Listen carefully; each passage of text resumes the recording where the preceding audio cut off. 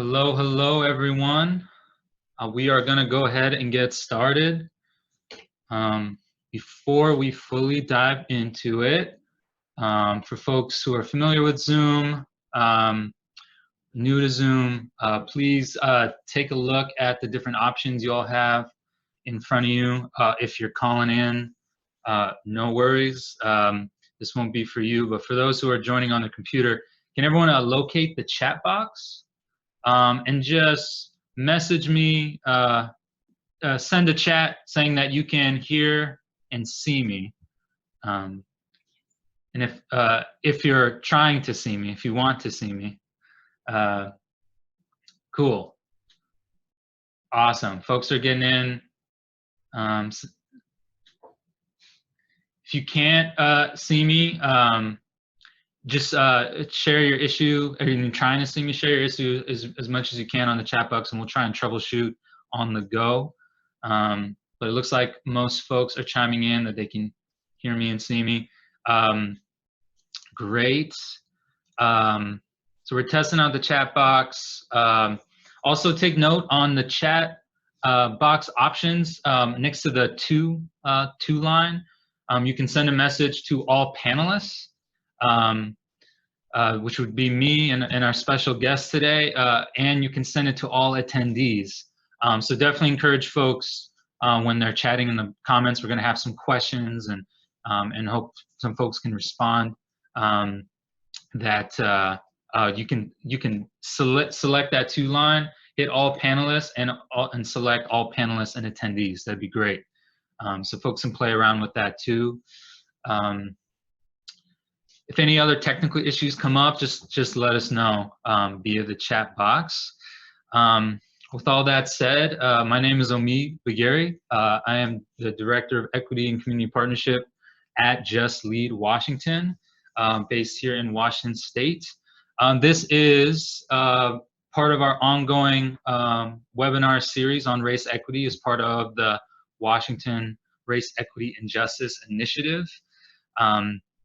For those who are not familiar with the Race Equity and Justice Initiative, or REGI for short, it's not a person. It's my most go-to joke, but it's not a person. It is an initiative staffed by Just Lead and driven by a community of partners from across the state of Washington who are connected to the law and justice system here, who have made an acknowledgement first and foremost, that the law and justice system has been racialized and operates in racist ways, creating racial inequities at every level, but also with the commitment that we who are connected to and a part of that law and justice system must do our part to operate differently, to operate in anti-racist ways so we can actually achieve different results, something that can deviate from the status quo, which is giving us the mental health impact, the harm, the physical and state-sanctioned violence that we see the law and justice system as a part of. Part of this commitment is we need to do our work differently and to achieve those different results and to understand how this looks within our organizations. Today's topic, HR, recruitment, hiring, retention for any organization, but we have our special guests from a team at the Shriver Center on Poverty Law who are going to talk specifically about how HR can be really advanced through equity. And so today's topic aligns with our REGI toolkit, one of our dimensions, and to really understand how important recruitment and hiring is from communities of color, but also how important retention is as well in terms of our organizational practices. So that is the frame today. Thank you for those who have come back. All of our REGI webinars are available on our website, wareji.org. With all that said, I will hand it off to Eliana. Eliana, can you hear me? If you could chime in, And Tanisha, let me open you up as well in terms of your video capabilities. Tanisha, if you could go first, just to introduce who you are for everyone. And when you're done, Ileana can do the same. And then Ileana can take it from there. So let me get Tanisha's video going.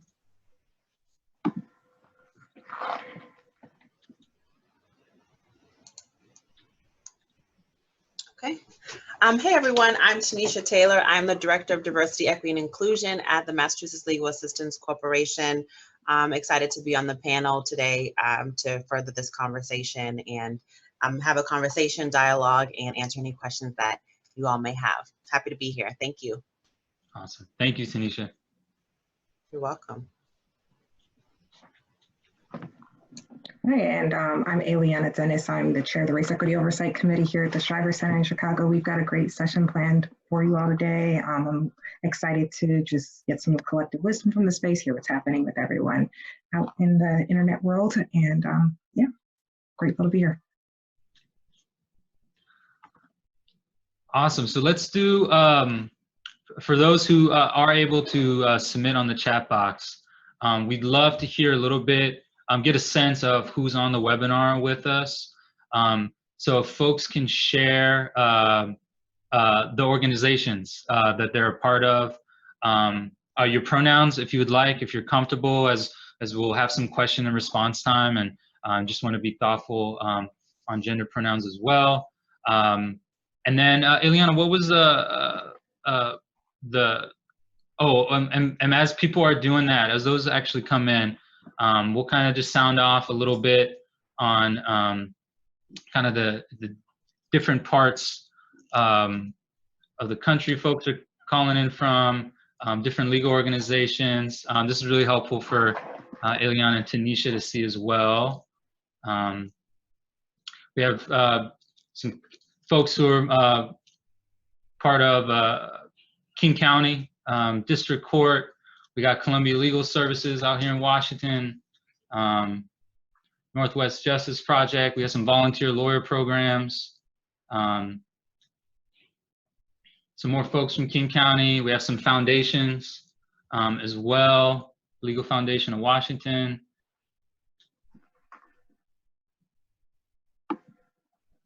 Awesome. Some more county officials, folks involved in the courts. We have some HR folks. That would make sense. Happy to see all y'all here. We have housing authorities with us today. Some more volunteer lawyer programs. We have the Access to Justice Board out here in Washington State.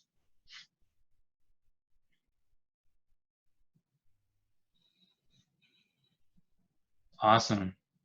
We got some folks from Florida on the call. We got South Virginia.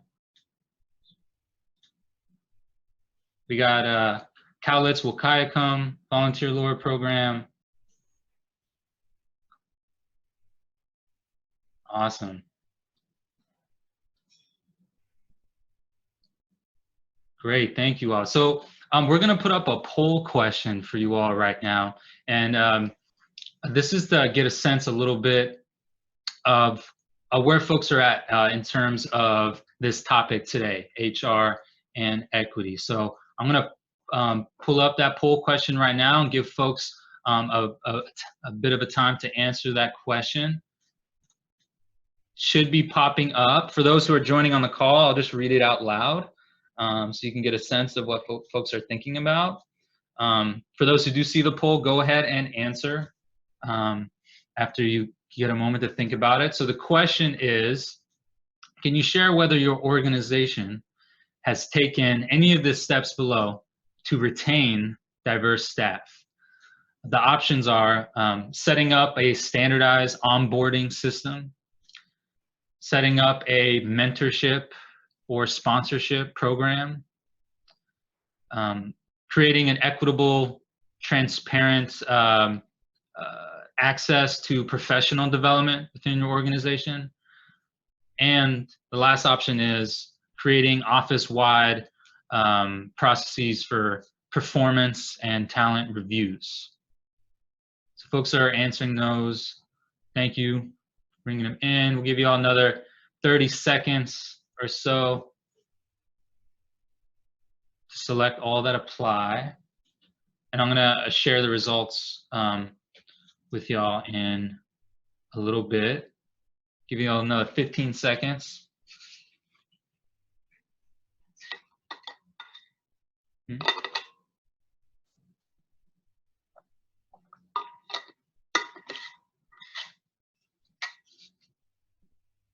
All right, gonna close it up here.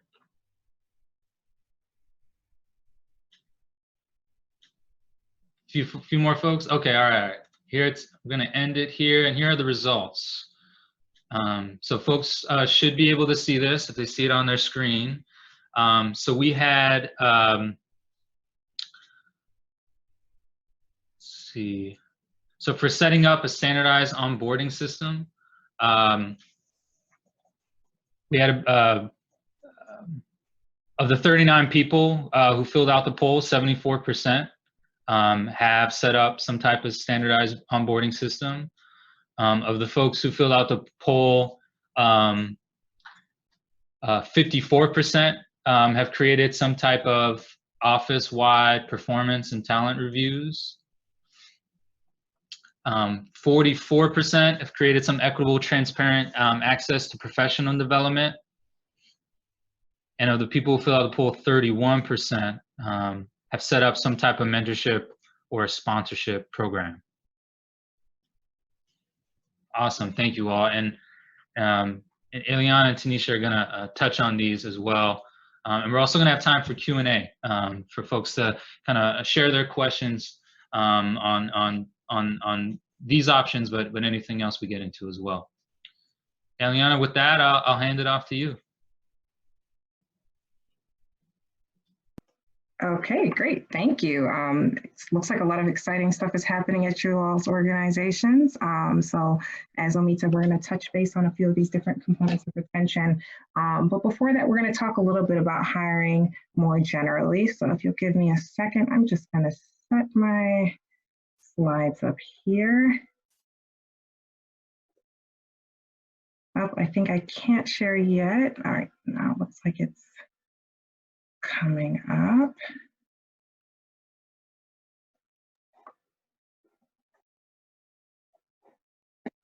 Oh, one moment.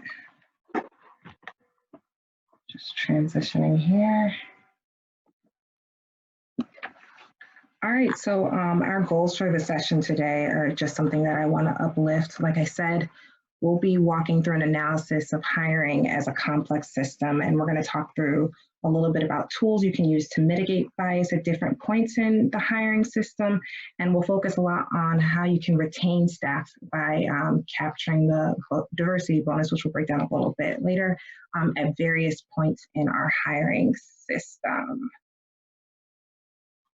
Okay, so I think it's important to kind of ground ourselves in why it's important to cultivate diversity.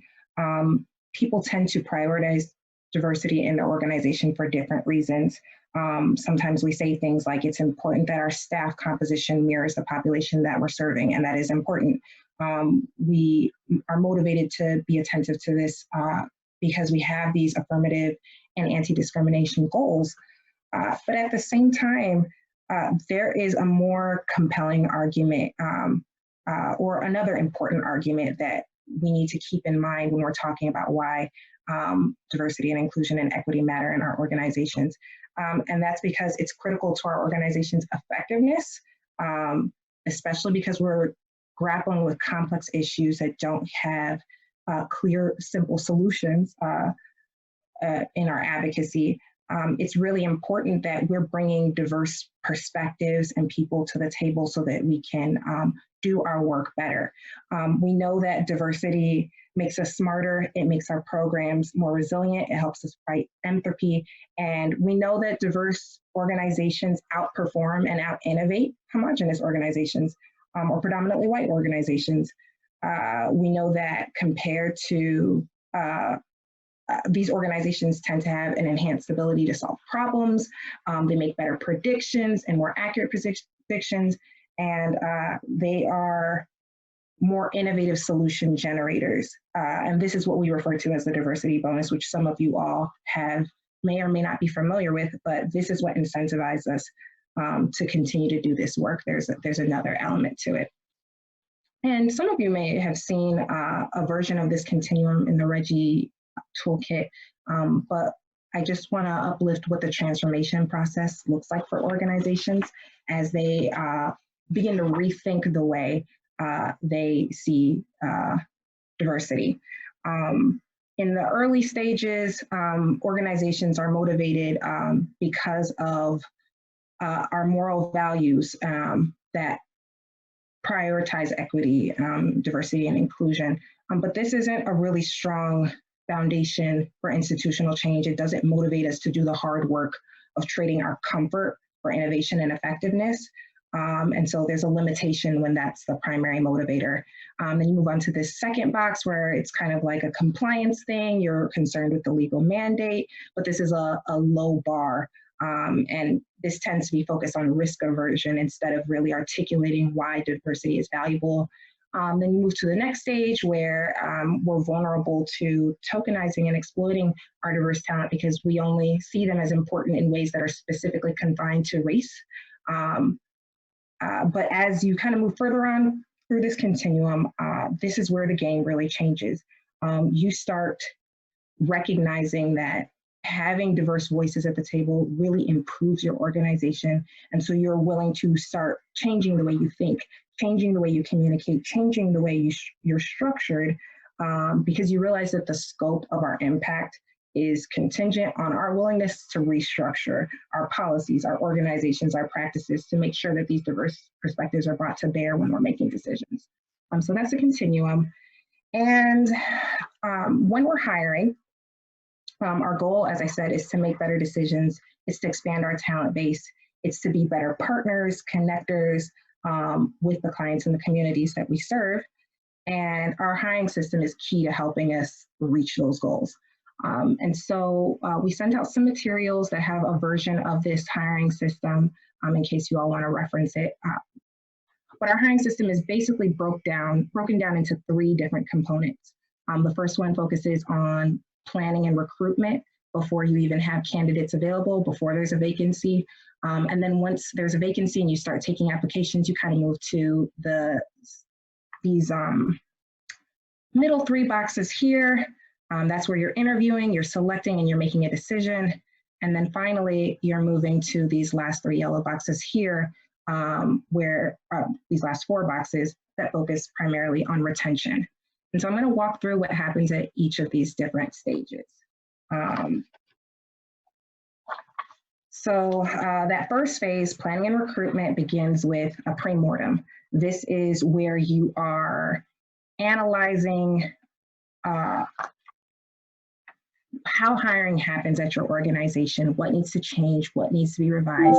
You're setting goals and you're recognizing where your diverse talent gaps exist related to culture, religion, language, race, identity, socioeconomics, all of that. And this assessment should really be done by a diverse team. You move to the next box and you are focused on targeting outreach. This is where you are looking to perhaps go to like minority or associations, or when you're presenting your work, you may focus on the race conscious element of your work because you want to perhaps be going to schools or seeking out where minority talent can see your work as visible and see that race is at the center of your work. That's some strategies that you can use when you're looking at outreach and retention. Next, you'd be looking at your internships and your fellowships. These are back doors to hiring that we need to be really thoughtful about. And so at this stage, you want to employ some different mechanisms to make sure that your pipeline through your internships and through your hires doesn't exclude diverse hires, but that it's accessible to them and that they're supported. So that may mean providing mentors for your interns. It may mean that you're paying them because people that can volunteer tend to be less diverse than people that can't. And then you may also just want to be intentional about evaluating your internships and getting feedback about how that process is going. And so at the point where there's a vacancy, you want to make sure that you have really been thoughtful about this position and that you're not just replacing a person. You're not just going to get a new Susie or get a new Jack, but your goal is to really be thoughtful about what the organization's talents needs are, what our diversity goals are, and you're shaping that position to meet the talent needs of your organization. And then with job descriptions, you are, this is an opportunity for you to present this grand opportunity to work with you. You want to be making sure that diverse talent isn't disproportionately, that they're not burdened or excluded by your application process. And so some things you want to consider at this stage is, are you putting minimum experience levels, which tend to act like filters for people of color? Are you within your organization as well as externally aware of the fact that the amount of years of experience and diverse perspectives are of equal value? So those are just some things to be keeping in mind as you communicate about the opportunities that exist at your organization. So then we're moving over to the next section, which is review and selection. This is when you started collecting applicants and you're looking at resumes. You are also looking at your interview process and you're looking at how hiring decisions are being made. At your resume review and selection point in the process, you may want to consider redacting your resumes for the, at least potentially for a portion of the application process, just so that you are not making sure, or you're making sure that decisions are being made based off of the qualifications that the candidates have and not, it's a way to keep bias from creeping in at that point in the process. You may have a diverse panel review the applications or use a matrix at this point. You may want to keep track and share the data around who got rejected just for transparency purposes, but you're trying to mitigate the likelihood that a single person is reviewing this, because we know that outcomes tend to be less biased when a single person's decisions or choices are subject to group evaluation. And then when you're looking at interview questions and area of inquiry, you want to make sure that those are consistent. You may want to give open-ended questions so that the candidate can tell you things about themselves that you weren't anticipating or maybe didn't expect to hear that could add value to your organization. And once again, this is a good point to kind of have predetermined criteria so that when the questions are being asked, there's a somewhat more objective standard to evaluate them by. Also, when you're setting up your hiring committee, you want to make sure that that is as much as possible subject to a group process once again. You may want to invite people from different departments or different positions in your organization.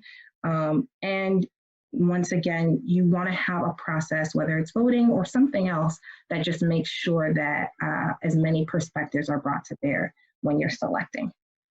And so finally, we're getting to the point where we're going to want to spend the most time, and that's on retention. What happens once you have made a decision? Well, I think one thing to keep in mind is at the point where you extend an offer, you want to make sure that you are not allowing bias to creep in during the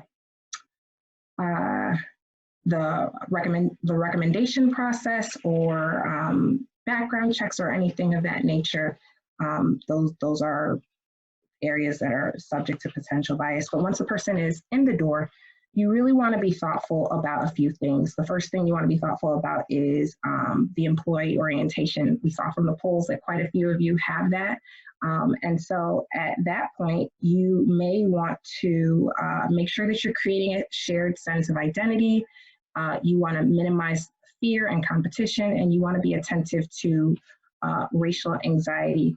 I think it's important to recognize that the retention stage of the hiring system is very, very different from the rest of the system. You're not just debiasing technical steps in a process, but you're attempting to change an environment where human interactions are taking place. And that's really hard work to do.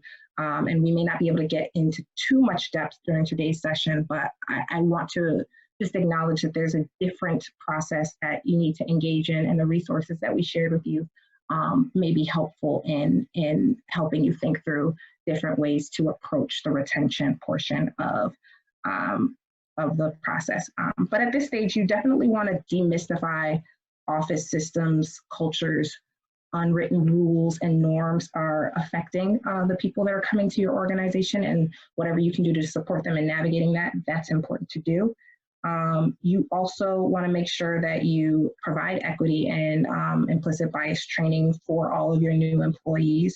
And this is a good point in the process to uplift your organization's commitments to equity.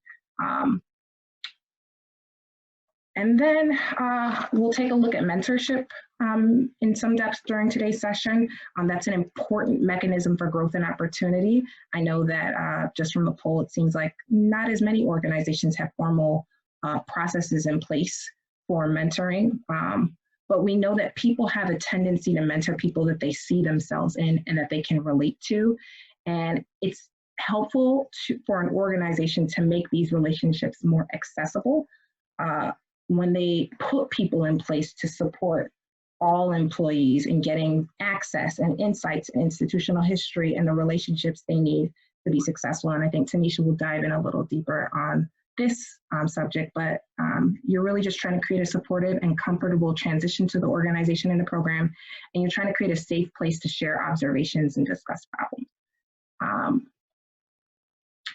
And another key component are performance and talent reviews. These are two components of your talent management and retention strategies that are important because employees are motivated to stay where they feel supported, where they are given what they need to succeed, and when they're provided a picture of potential exciting paths for growth and advancement in their organizations. So what you want to consider at this stage is what are the key characteristics of people that succeed? Well, you know, I'm going to go back a little bit. There's a really important distinction between performance reviews and talent reviews. Performance reviews are looking at what a person has done.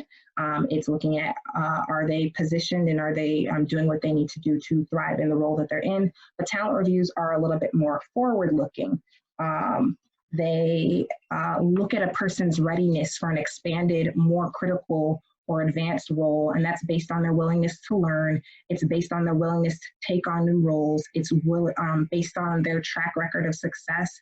And so both of those processes are important to be attentive to when you're attempting to retain diverse staff. And it also helps the organization be intentional about looking inward and seeing what talent is present to meet the needs and goals of the organization more broadly. So you're looking at their agility, once again, their promotability and their track record, and their interest. And you're documenting that, and it should result in like individual growth plans so that there's a clear path forward. And last but not least is the postmortem stage. This is what basically you're being a little bit reflective at this point in the process. You're looking to see what did and didn't work, what changes need to be made, and taking a long view of staff needs, and then you're circling right back around to the process again.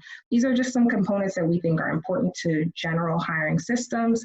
They may vary a little bit in organizations, but hopefully this gives you some insight into things you should be paying attention to when you're hiring. So I'm going to click out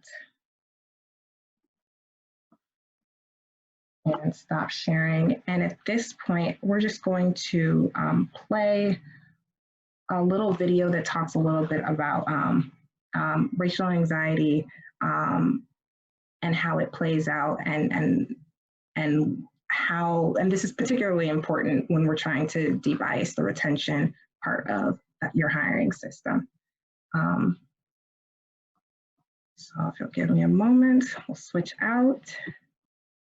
and get this set up.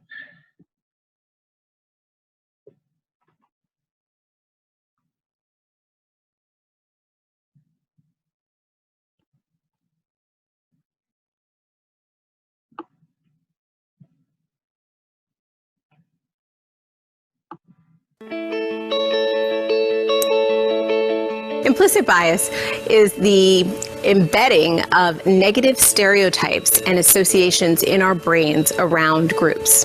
When we talk about identity difference, what we're talking about is a set of hierarchies when it comes to race or gender or sexuality. We take in so many culture cues over our lifespan that help us create these hierarchies of human value. What implicit bias is the embedding of those stereotypes in relationship to a hierarchy that operate in very quick automatic periods in our brain. Racial anxiety is the feeling that we have in the middle of an interracial interaction when race drops into the conversation. So if you were white and all of a sudden the conversation turns towards race, you may worry that whatever you say next will make you be perceived as a racist. If you are of color and race drops in the conversation, you are worried that whatever comes next may invalidate your life experience and that you won't be seen fairly or truthfully.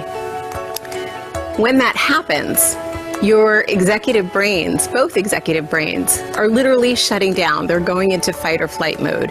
And you cannot have a meaningful conversation or interaction when both brains are butting up against each other. So our answer to that typically is avoidance, right? We run away from the conversation. The other alternative is to build up the intensity of that fight situation and go at it. We believe that understanding what underlies racial anxiety, understanding that race is not just a social construct, but also a physiological and an emotional construct, is something that is critical to helping us move forward and having more meaningful conversations around race. Okay, so hopefully that video gave us a little bit of a better understanding of racial anxiety. That definitely comes up when folks are providing feedback or doing performance or talent reviews and at different points of interaction when we're building relationships. And so this is what we're being attentive to. We want to recognize what's happening within people and between people when they are joining our organizations. And at this point, I'm going to hand things off to Tanisha to just give us a little deeper dive into the various components of retention. So, Tanisha. All right. Thank you, Eliana. I am going to try to share my screen here, so bear with me for a second. All right. Okay, can everyone see the screen? Yep. And is everyone hearing me okay? All sounds good. Okay, awesome. So thank you, Eliana, for that introduction. I think it's awesome to really think about kind of where this all starts and to really think about it as a complex system that takes a lot of intentionality and a lot of planning and a lot of thought. So thinking about it as a system is the really good way to be thinking about this. I'm Tanisha. I'm the Director of Diversity, Equity, and Inclusion at the Massachusetts Legal Assistance Corporation. And I'm just really excited about all the partnership that I've been doing here at this organization with the Shriver Center and look forward to doing more of these things with them in the future. And so I'm just kind of going to piggyback a little bit on where Eliana started and just bring us a step further. So as far as the 6 key practices to better retention, and there are probably more, but I thought that it would be easy kind of to start with like these 6 key areas. So strong onboarding, which Eliana talked about. Mentorship and sponsorship, Eliana touched on that as well, and just thinking a little bit about what the differences are between the two. Creative professional development, work-life balance, culture of inclusion, and learn from transitions.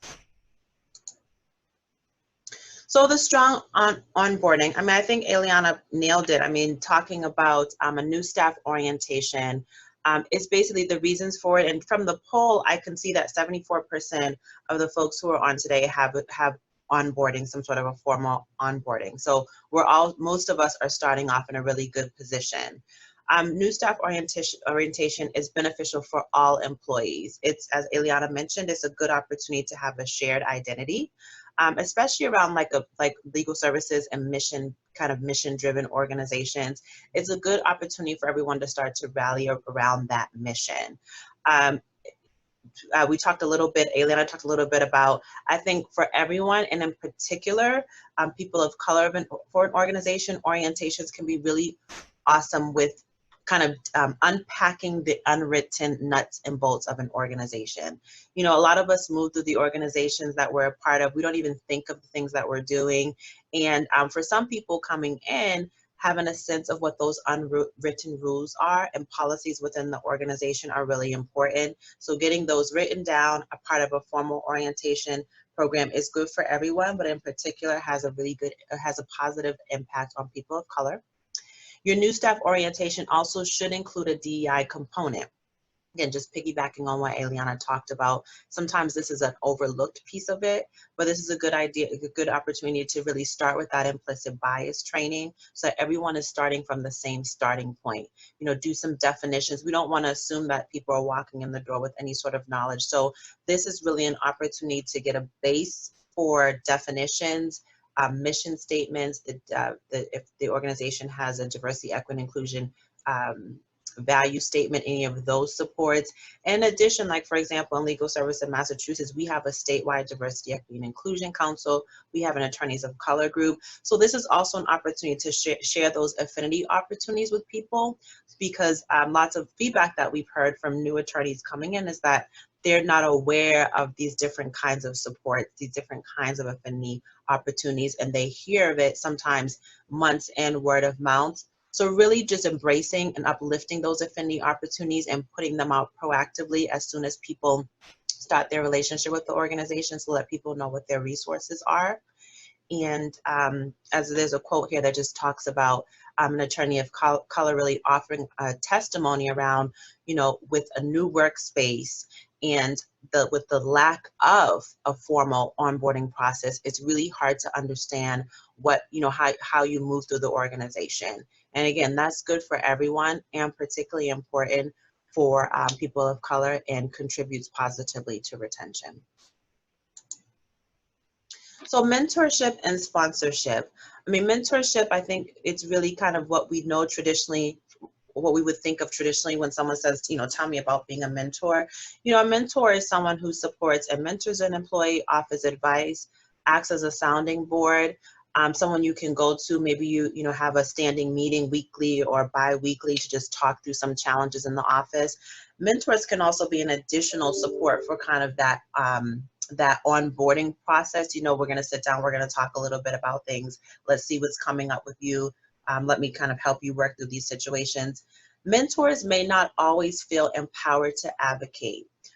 They may be able to advise you or give you some information, connect you with resources, but they may not always feel empowered to go the extra step to actually advocate for you. And a sponsor does exactly that. So a sponsorship is really saying, like, I am responsible for your success, almost like your success is my success. I will advocate for you. I will work with you to find professional development opportunities. I will see to it that I work with you on your goals and whatever those may be, and I will do my best to figure out how I can get you to that next level. And that kind of gets back into, like, that kind of ties into a little bit around the talent review topic that Eliana mentioned, but really kind of like, I am in this with you. Your success is my success. I'm going to do a little bit more than advise you. I'm going to advocate for you. I'm going to use my networks to plug you in, and I'm going to be thinking with you on how I can help you meet your goals. It could be better suited for someone other than a direct supervisor. Sometimes, you know, it can be a perfect arrangement where the supervisor ends up being the mentor and the sponsor. But sometimes it's some things that are difficult that may come up, and oftentimes a person may need a sponsor to help with advocacy with a direct supervisor. So I do think there are rare occasions where a direct supervisor is all of these things, and that's like a perfect world and absolutely amazing.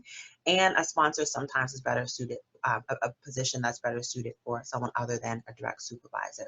And also just even taking that concept a little bit further, it could be a dedicated position for not all new employees. I mean, part of retention is really thinking outside of the box. Like if we want to see different results, we need to do things differently. So, you know, what would a position like this look like? What if there was a position that was created that was a sponsor position for new employees? So really thinking intentionally, again, a lot of this is intentionality. We've got to be thoughtful, we've got to plan it, and we've got to really be thinking deeply about ways that we can do things differently to get some different results.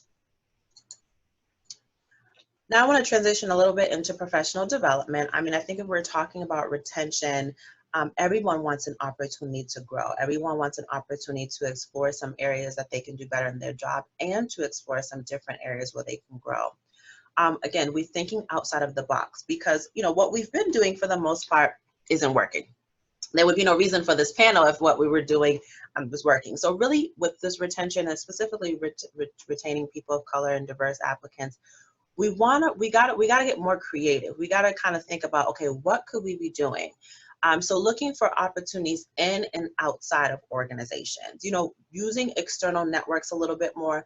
Maybe there's an opportunity to nominate someone or refer someone to a board of an organization. I've been doing more of that work too, like thinking about, okay, who would be good for this board? And I know our local, the Boston Bar Association is really doing a lot more with connecting people and connecting attorneys of color with organizations that are looking for board members. And they even have a matching program. That's a professional development opportunity. Thinking about opportunities for folks to present or for workshops. You know, Eliana also talked about one of the best practices for hiring is kind of opening up the process and not having a single person make decisions around hiring, like coming up with the committee, asking people to be a part of committees. So really thinking broadly around professional development. It may not always be about, okay, how do I get the skills, knowledge and experiences for this promotion, but you know, in like a concrete way, but how do I see all these other opportunities as something that I can add to my toolbox? What we see also too with people of color in my experience is that there's all these like kind of, you know, just from, I'll speak from the I perspective of my personal experience. I have a mentor who I think would probably be a combination of a mentor and a sponsor, and goes above and beyond for me. And it's not really a part of her job description. And so really thinking about the extra roles that people of color take on in the office and how you compensate that. It could be money, fine.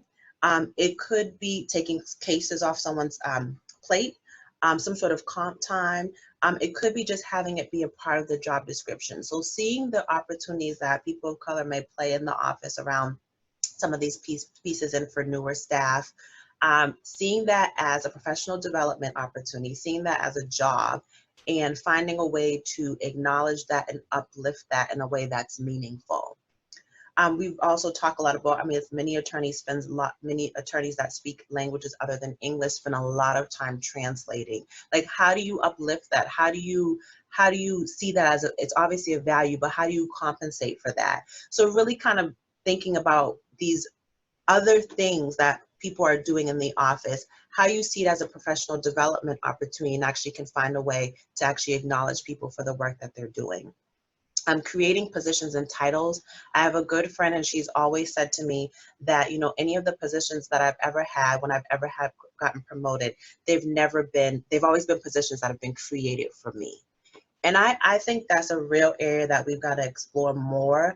I mean, lots of times I hear folks say, like, there's no room for growth. Like, there's nothing you can do. Like, after this position, it's like the executive director.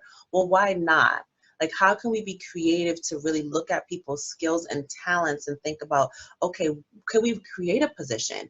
Can we change your title? Can we maybe take something off your plate and transition it to someone else who's looking to grow in this area and create a whole new job for you? Sometimes it doesn't really require like a whole new salary, a whole new benefits package, but really thinking about how we can shift roles and shift titles so people continue to feel like they're growing. Eliana talked about this as well, internships and fellowships. I mean, these are really important. The Master's Legal Assistance Corporation, we have 2 fellowships that are targeted for people of color. And we provide the grants for that, the program, our grantee programs, we provide the money for that, the funding for it. Our grantee programs, they can apply for them, and then we provide the funding. I think the key with fellowships is, one, to make sure that folks are supported and they have a network, but also to make sure that the goal should be to retain people. You know, like I hear sometimes for folks that are in a fellowship position, it's like I just keep on getting shuffled from fellowship to fellowship to fellowship. And that's not empowering either. Like, of course, people are happy to have a job, but if you feel like you're just being shuffled from like one fellowship to the other fellowship, sometimes you don't gain the seniority and you just don't have access to the same benefits. So I think the real goal, again, going back to intentionality, because a lot of this takes intentionality, is for fellowships, for the end goal to really work hard from the very beginning to try to retain the fellows. And if you can't retain them, that's fine too. I'll talk a little bit about that later, but to have that be the goal is that we want to retain you. Internships, I mean, we've done amazing with our internships here. I mean, I'll say frankly, when I first started this organization, our interns were all white. And with the more conversations, the more dialogues that we had around DEI, we now have a very diverse intern pool. I mean, it's amazing that how much diversity having interns has brought to our organization. We introduced them to legal services, and many want to stay in legal services. So it's, in particular, my intern, I've held on to her for quite a while because I've been more impactful in my work having someone to do this together with. And she wants to stay in the field, even if she doesn't continue to stay with the organization. She's like, I want to stay in legal services. So we have to see things oftentimes, even if they're not wins for our individual organizations, but seeing them as wins for just the entire field. We have to find some value as well in that. And again, not expecting people to do this for free. Like, we were expecting interns to work for free for a really long time. I started paying the intern for the DEI department. That we went through a little stage where people were a little bit like, why is she paying her intern? Because we should not be expecting people to exchange their time for free labor, especially being a social justice organization. We just shouldn't be doing that. So I'm so happy to share that with our new CFO. We are now providing a modest stipend for our interns. It's like an actual formal program. They're going to be evaluated with evaluations. All those key points that Eliana touched on, they're real, and internships are great opportunities, but we got to do it right. We have to compensate people. We have to make it meaningful. We have to make sure they're learning, and really make sure that it's a valuable experience. And like I said, seeing these as opportunities for wins for the entire field of legal services. Conferences and trainings, that goes without saying. I mean, allowing people to have freedom to go to conferences and trainings. What I've liked, what we've done in our organization, is also moving beyond just attorneys, thinking about staff as well. I mean, that's another shift that we have to continue to work on, is that this just isn't about attorneys, it's about other staff as well. This year we had our support staff for the very first time go to NLADA. So really looking broadly and beyond just the attorneys and looking at other staff as well. And also, I mean, I think this can be an oversight too. I have a friend who is in medical school, and she asked to go to like an affinity, like something for Black anesthesiologists, and she was told no. Taking the opportunity for folks to have autonomy and what kind of conferences and trainings, and realizing that that race is an affinity for people, and that if there's a training that focuses around that racial experience and something else in their field, seeing that as legit and valid, because those types of things refuel people, especially folks that are working in predominantly white organizations. And legal services, most legal services organizations are predominantly white organizations. So really giving people that autonomy to choose, and to make space and room for people who want to choose to do some sort of affinity conference or training.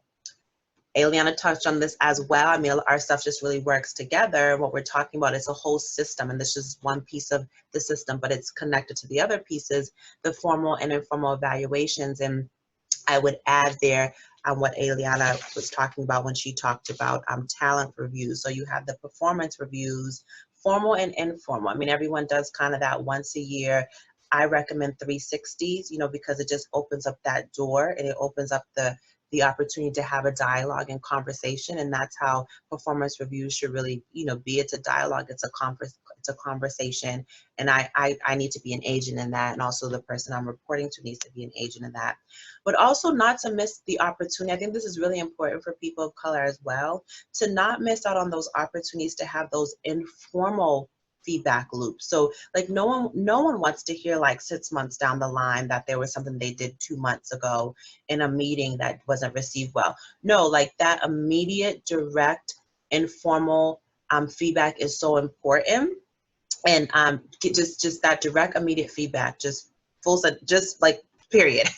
And giving people that frequently, because again, you want to give people an opportunity to respond, to shift behavior, and to do things differently. And if you wait down the road, it's not helpful. And I think what I've heard from many people of color, my own experience, hearing something, in May that happened in January, like, and now it's coming up in my performance review, like that's not going to help retention. So finding those moments to do that informal feedback is really important, and that's something that you can use mentors and sponsors for, but it's important when it comes from the direct supervisor as well. Immediate, direct, and timely is really, really important when it comes to retention. And I would just add the talent review piece that Eliana talked about, like really thinking about, okay, how do we look at your talents and skills and kind of bringing you up to another level in a more critical and important position. And if we don't already have that in place, can we create something that would meet that need? Because I think that's where a lot of organizations lose people, when people are really looking for like that next step, like, okay, I'm ready to go to the next step, but my organization has maxed out. Like we have to really push back past that, because if not, we're going to continue to lose people. And then there was a creative idea, because I'm constantly learning as well. And when I presented this presentation with the Shriver Center, there was a former director of a legal services organization, and he talked about how he actually carved out a certain amount of hours in the work week for dedicated to race equity projects. And I think that's really innovative, and really just putting it there from the beginning, like 5 hours a week or whatever the metrics, whatever you decide, we're going to dedicate race equity hours to race equity projects. No one's going to take any cases. It could be community, whatever you agree to. But I think that was really like, oh, that's a really creative idea. Like, how do we set the tone and say 2 hours a week are going to be dedicated to race equity projects? You pick the time, you figure out when you want to do it, and it's seen as a professional development opportunity. So really just getting creative and thinking outside the box when it comes to those topics. Work-life balance. I mean, this is important to everyone, but what we know is that it's particularly important to women and people of color, that whole work-life balance piece. I mean, again, a lot of this stuff is kind of like, this is good for everyone, and it has a particular impact and a positive impact on people of color and retention. Thinking about benefits, I mean, a lot of our legal services programs, and many of your programs probably have this as well, kind of tuition remission, a loan reimbursement, and thinking, again, we have to shift beyond just thinking about the attorneys. We have to think about all staff, because retention is kind of, again, all staff. And many of the, another thing that that I want to mention as well is thinking about those positions that are non-attorney positions. And do you really need to be an attorney? Like, if you're going to be applying to be a CFO, like, does that person really have to have a law degree? So really thinking about those job descriptions that Eliana talked about. What we know is that the more requirements, the more kind of things that we're expecting of people, you're going to shut people out. You're not even going to know you're shutting them out. So really thinking about those job descriptions.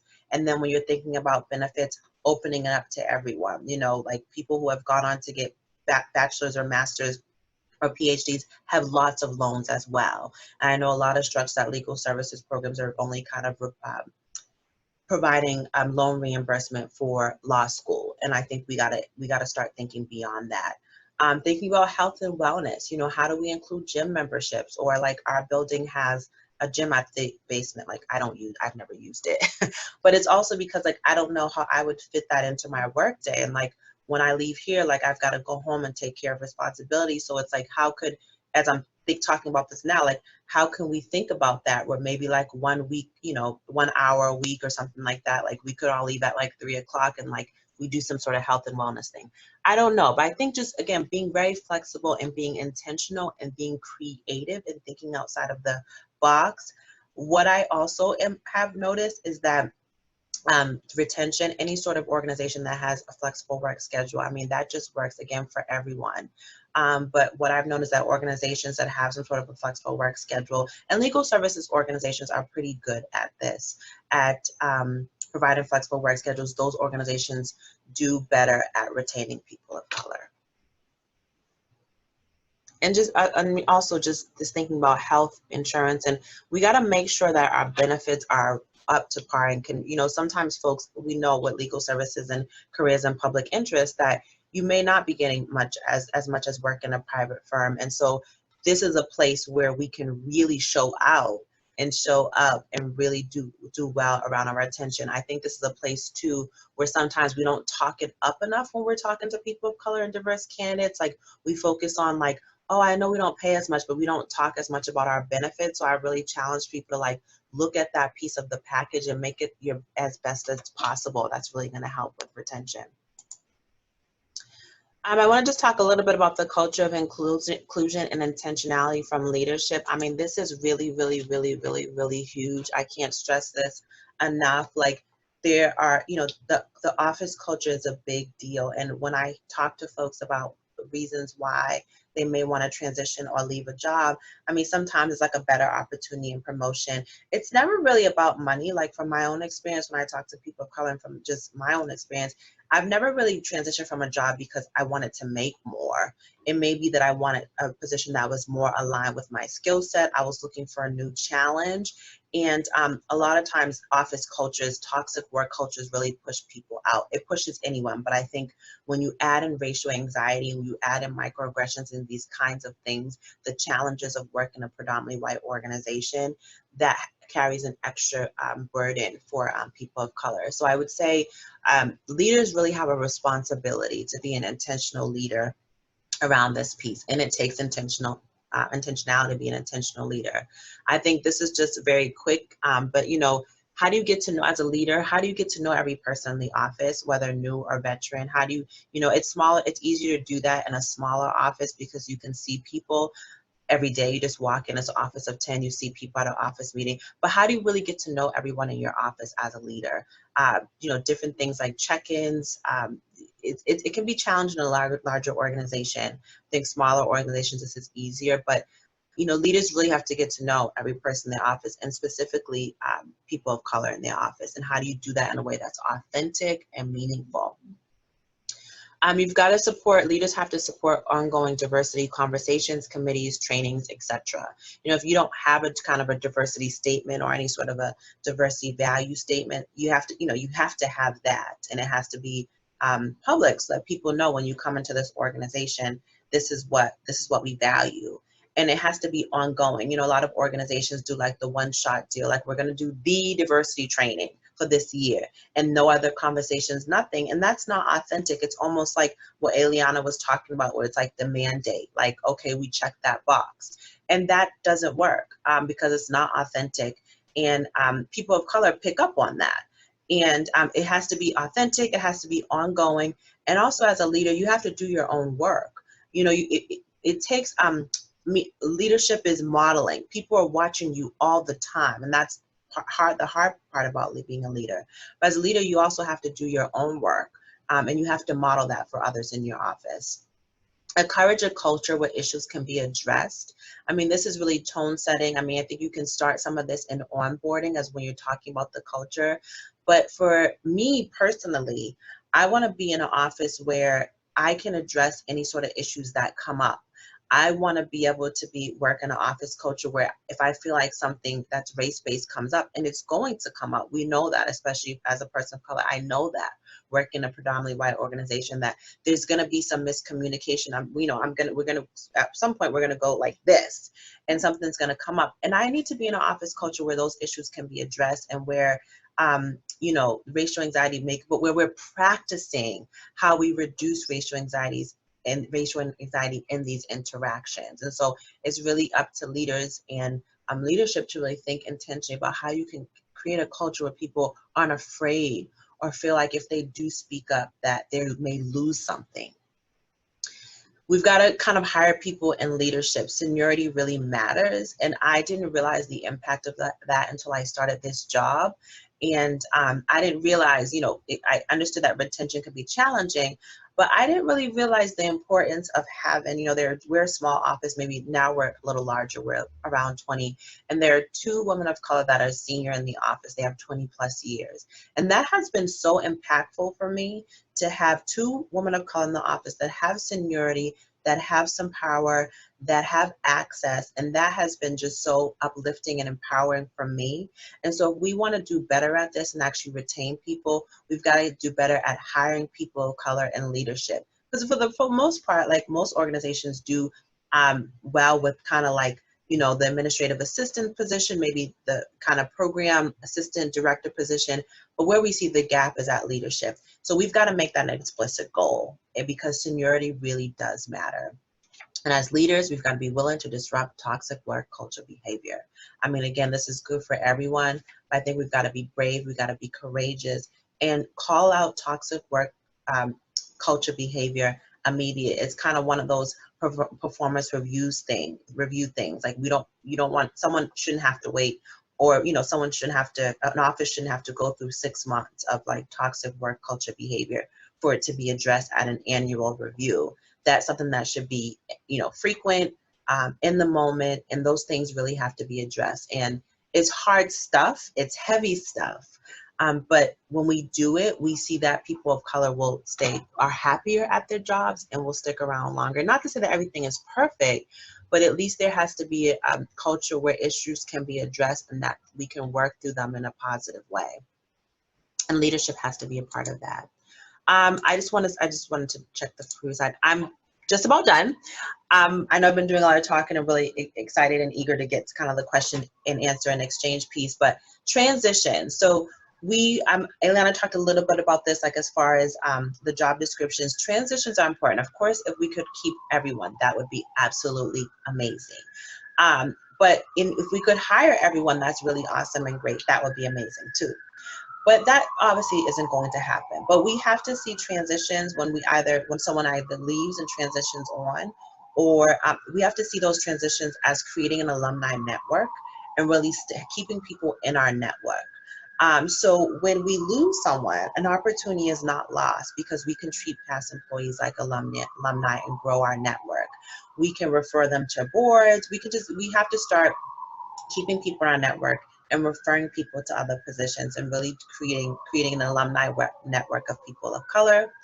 I think exit interviews are so important, and it's a key moment to collect data about any future changes that will support retention efforts. You can use that information for the job description. So maybe there's something that just didn't work for that job description, and if we're really focused on our retention, we want to use that information, put it back into the job description, and so that when we repost, so that's, you know, exit interviews are really about gathering information about things that we can do better in the future, and keep things that are working. But I think one of the missed opportunities is that we actually don't use that information when we start that search again for that position. And then just use that information to think about how can we enhance this and how can we use this moment to support our retention efforts. And I think I'll stop there. I want to thank you all for your time. A special support. This wouldn't have been possible without the support from the DEI intern, Bria Gambrell. So I just wanted to acknowledge that. And I look forward to talking more. Thank you so much, Tanisha. It's always really great to hear voices from the field. I am going to transition us over so that we can hear a little bit more from our audience. I saw some questions starting to pop up, so this will be a moment for you all. So 1 second, I'll post. Oh, I didn't. Oops. Can you all see this? Yeah, we can. Great. Okay, so in the chat pods, we want to hear about successes or challenges that you all have had in your efforts to hire and retain your diverse staff. And so we're asking that if you're sharing a success story, something cool, interesting, or innovative that your organization is doing, that you just start off by putting an S in parentheses so we know it's a success story. And if it's a challenge that you're having, go ahead and start that off with a C. And I didn't list this here, but if you have questions for us about the presentation, go ahead and put a Q and let us know that there's a question there. And we look forward to seeing your responses. So you're sharing successes, challenges, and questions at this point. We just want to kind of get some responses from you all. And while folks are thinking about what successes, challenges they can share on the chat, I'll start with one question that we got already. It would be be under the challenge category, and it was framed around nonprofits maybe not having the resources to compensate in dollars. And the question was, what suggestions would you all have in this situation when money may not be available?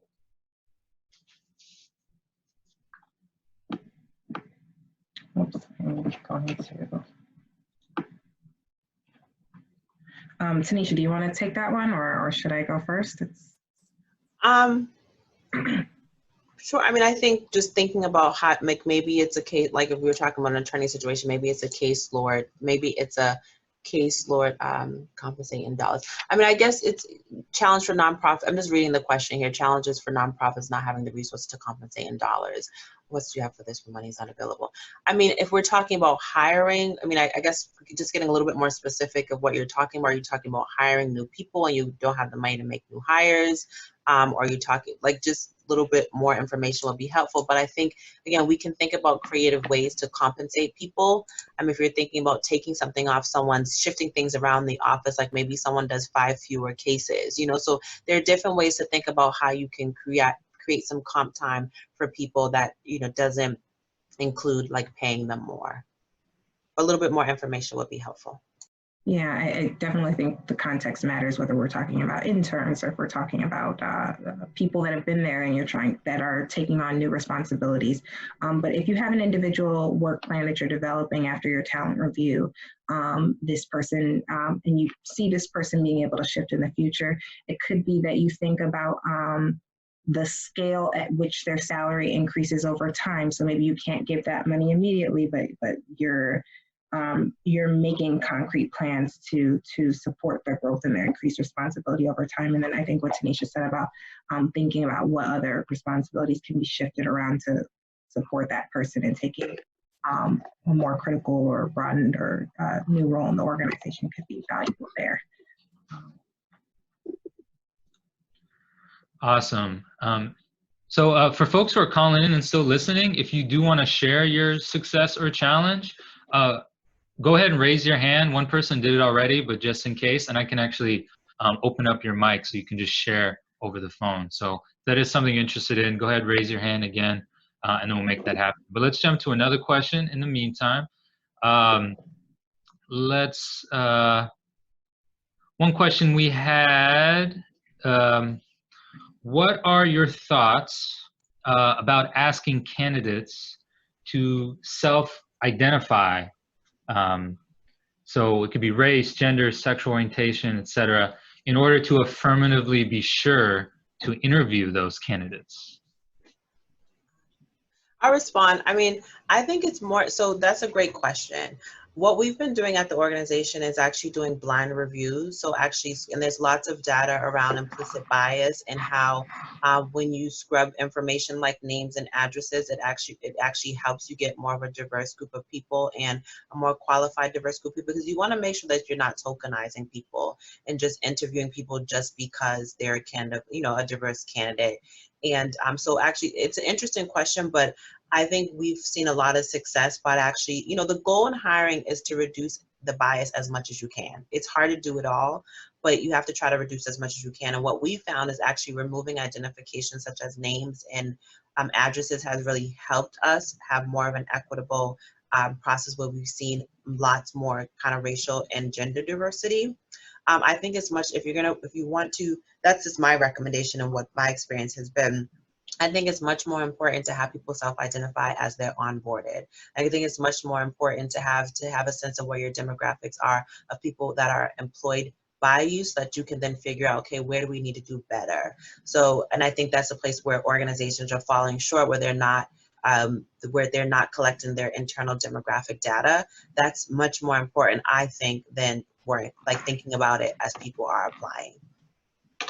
Yeah, I think there's definitely multiple ways to skin the cat, as they say. At the Shriver Center, we also have chosen to go the route of like redacting applications, but there are, for some of the similar concerns that Tanisha uplifted, but I know organizations that do have a more affirmative process, and I think there are multiple ways to incorporate that into your organization. I do think that equity is an important goal to avoid tokenization. And there's some things that you can add to your application process, like a question around what's your experience, ask a question, what's your experience around working and contributing to creating an equitable, diverse, and inclusive culture, so that you can make sure that the people that are coming in the door are bought into your values, and that they are going to, that you can get a sense of how thoughtful they are, and how they will continue to create an organization and do the work with the values and the practices at the front. So I'll pull up two other questions at a time that are kind of related. So one was a follow-up on blind application review. And in one instance, someone shared that how they approached it resulted in more white male candidates elected to that process. So that's just being a challenge. And the other question I'll raise up is in terms of, you know, a set of interview questions or a matrix or what have you, you know, with an eye to kind of minimize biases coming in, if there are any resources that kind of can get at that, in particular with the matrix and interview questions. So both of those I'll raise up for both of y'all to touch on.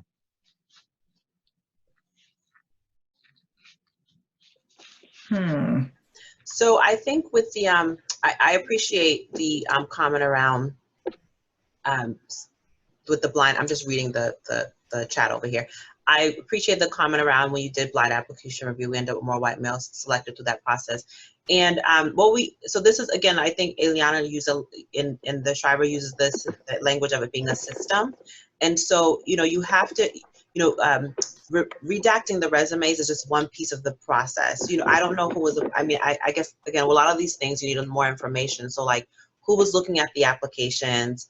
Was there a training about larger piece of implicit bias? Like if you want to go a little bit further, like schools that people are going to, because that's another place where we see bias, like, you know, prioritizing people that went to Ivy League schools, you know, over kind of a state school or HBCU, historically Black college or university. So there are other areas where we can see bias pop up. So I would want to learn a little bit more about what that process actually looked like, who was on the committee, what was the racial gender makeup of that, you know, committee, what kind of training happened in addition to kind of saying that we're going to do a blind review process, and you know, what are the other biases that could have popped up? You know, if everyone was just looking at Ivy League, people from Ivy League places, then, you know, you might see a little bit more of a, you know, so there's more information that's needed, but, you know, it has to be a part of a larger intentional process of how do we reduce bias in the application process. So that's what I would say in response to that.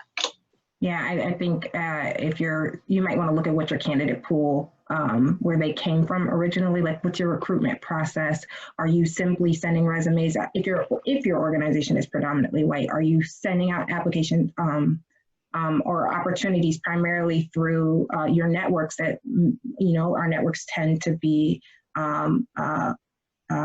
reflective of our racial networks tend to be similar. So, you know, is that why the applications tended to the way that they did? Definitely want to look into that a little bit more closely. And, you know, we're constantly learning. And I think there was, when we first started doing the blind reviews I think what you said, Eliana, is a great point, because when we first started doing the blind review processes more consistently, there were a couple of times where I was just like, this application, like the pool that we ended up with just wasn't racially diverse. And so after, like, we were like, okay, let's go back and look at the applications and see if we happen to miss anyone. And it was exactly what you said, Eliana, like it just wasn't a diverse pool to start off with. So we actually didn't, it was like we were just choosing from what we had. So I think that's a great point that you just made. Yeah. Look at and another thing that I've heard organizations do as well is you could see that if your pool is diverse, you won't start interviews until you know that to be the case. If you choose to like ask people to identify, so that yeah, that's another way to intervene and make that less likely to be the case. What was yeah, Eliana, if there's another question y'all are thinking about, now you're looking at the chat, go ahead and jump in. But I'll just say that the question about matrix set of interview resources, we'll kind of on our follow-up email after this webinar, we'll see what type of resources we could pull together send out to people, and send that out to folks. Yeah, sure. okay, go ahead, Eliana. Well, in terms of the matrices, I think the big thing is, are you asking questions consistently? Did you think about these questions before you got there? Are they tied to your larger staffing goals? Are they tied to the job description?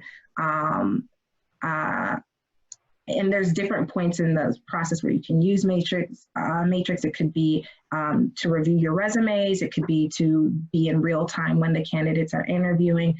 I would have to check to see if we have a tool that we can send out. But it's really more so around consistency, open-ended questions so that they can tell you information that you couldn't think of, and making sure that either the area that you're inquiring about or the questions are the same. Were you going to say something, Tanisha? Ditto everything that you just said. Yeah. Cool, let's jump to another question here. Lot of great ones are coming in. Really appreciate it.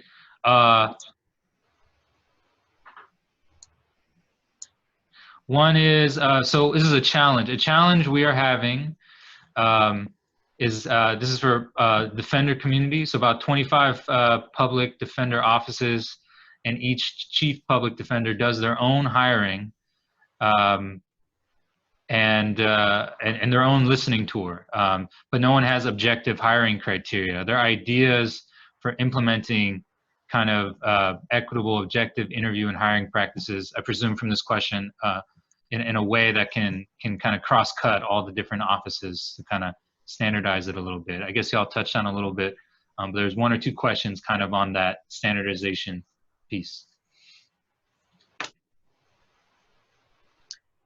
So you mean, like, is that a good idea to like make sure that everyone's doing it the same way? I think, well, since it was raised as a challenge, just thinking about doing it across maybe a large organization, across many different offices, maybe geographically, across different regions, just raising that as a challenge, and maybe what initial thoughts come to mind in terms of kind of overcoming that aspect of standardization. I was just trying to find the question here. I mean, I think it is a challenge. I mean, I think if you started off just doing it office by office, that could be really helpful. Maybe there's some sort of summit that could take place at some point where all the various players at the various offices could get together, really share some best practices around what's working and what's not working. But I do think it can be challenging when you're kind of you have multiple offices across the state.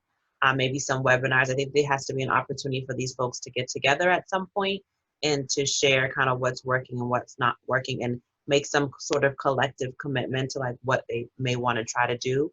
I know it can be challenging though, just working for a funder, and we, fund 14 programs, and, trying to work with everyone and get everyone to adopt some sort of standards around how we want to, have a stronger interview process that's going to support our recruitment and retention efforts is really challenging. But I think if you started by getting together, once a month or quarterly, that could be a good place to start. Yeah. So let's jump in with another question. This is on the Q&A portion for folks who are using that. Ileana and Tanisha, if you hit that Q&A button, you could see more questions pop up. Okay. This question is, when our staff is strapped for time, how do we get them invested and committed to be on hiring committees?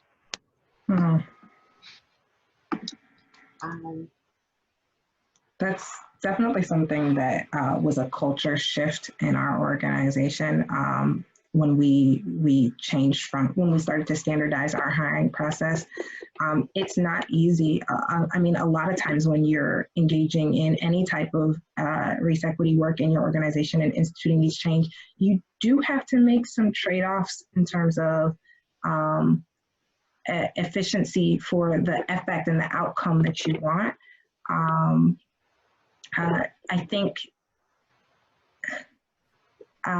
think communicating the change, you know, why you're asking or requiring people to do this is important. I think finding meaningful ways for people to be engaged. You know, it's one thing to sit on a committee, but if only one person's going to make a decision, then people may wonder, why am I being required to, you know, give my time if I'm not actually given a meaningful role in the process. I think people tend to be more invested when they are on hiring committees for their teams, because those are people that they're going to be working with. I found sometimes that people are excited for an opportunity to be at a table. But it can be challenging. Yeah. All right, let's jump to another question here. This is in the chat box.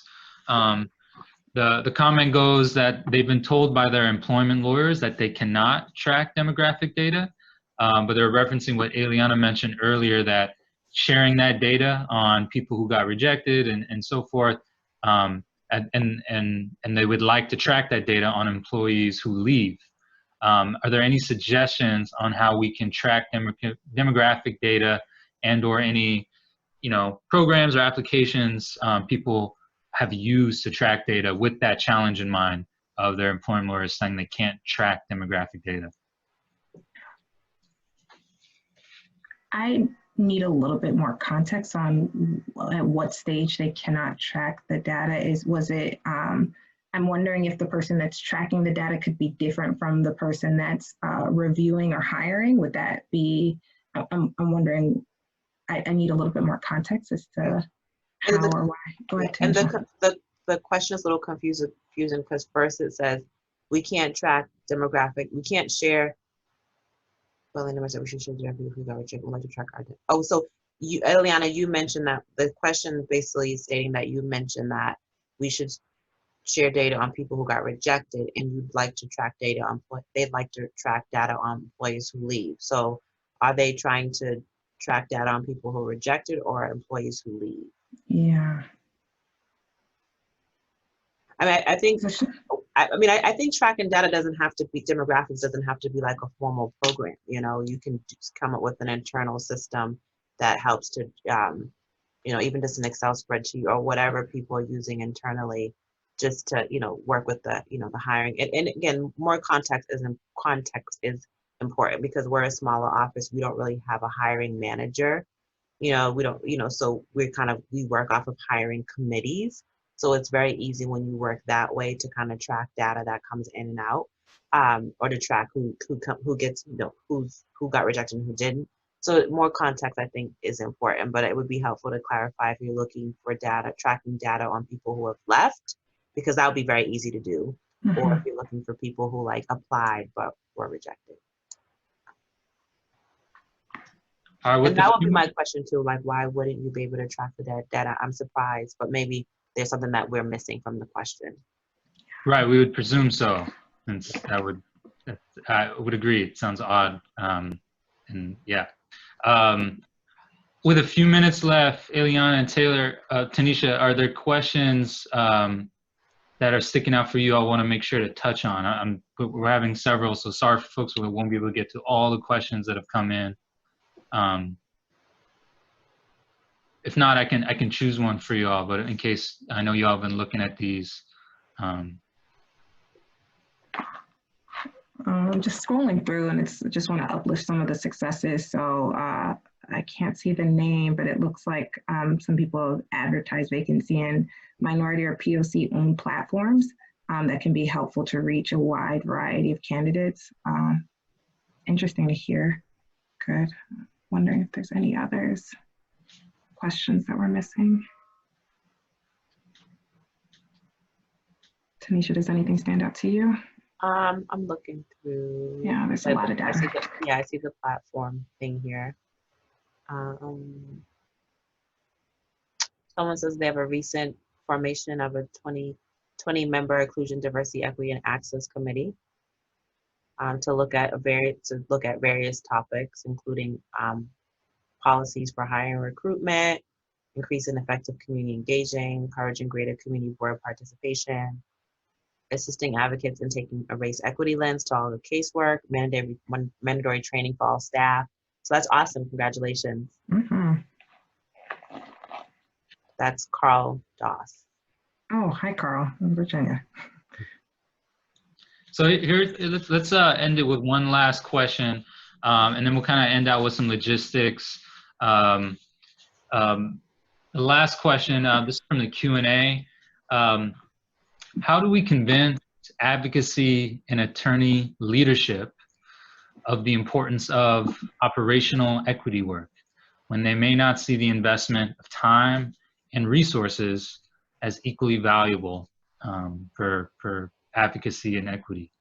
It's kind of a larger question, maybe a good note to end on in terms of, we're talking about an HR focus here, but this is in line with, a lot of different pieces of how an organization is centering equity in their work.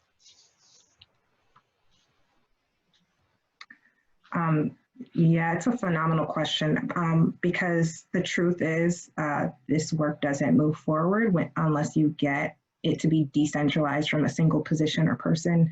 It really has to be, there's ownership that needs to be taken across all levels of the organization, and particularly leadership. And I think there's pressures that can come from lots of different sources, but I think fundamentally for this to be authentic and it's really important to get back to the diversity bonus that we talked about at the beginning of the session. Our organizations thrive and they're most effective when you are bringing as many perspectives to the table. It helps us. That's how we become greater organizations. Our effectiveness is really hinging on our ability to think about our challenges and problems and to be innovative, and that requires bringing different people to the table. And so if you can cultivate some understanding around that, it helps bring in buy-in. And I don't know if you have other thoughts on that, Tanisha. No, I do not. Yeah. You've nailed it. That's what makes us great. Lots of people coming together, collaborating, and really recognizing, finding different ways to bring as many voices and perspectives to the table makes you better. Awesome. Well, thank you all. We're at about time. Just want to lift up and thank both Tanisha and Eliana as our special guests today. Appreciate both of you joining us to kind of talk about so many important things. As one person in our chat box shared, great information, and now the hard work begins for us to really start talking about these things and practicing them and implementing in our workspaces. To that end, we will be sending a follow-up email that has information on how you can access this webinar on demand for folks who are not here watching it live, and if you would like to watch it again, that would be a great way to see the slides both Eliana and Tanisha shared as well. We'll pull together some other resources, maybe do our best for questions we weren't able to get to, maybe send some resources out as well. Look out for more from Reggie and Just Lee Washington on this area. Certainly later this year, Just Lee Washington is going to be putting out some curriculum around management and supervision with an equity focus that's going to have some HR components as well. If you're not already on the Reggie mailing list, please check that out. That's where you can get an update on all the latest new webinars coming up and other resources that we put out. that follow-up email will go out. And Eliana and Tanisha, thank you again for joining us. Thank you all for being with us today. And we'll certainly see folks hopefully on the next webinar, or for those of us who are close to one another, great opportunity to build some relationships and connect and share with each other as well. All right. Great, thank you. Thank you. Awesome. All right, bye everyone. Be well. Enjoy the rest of the week.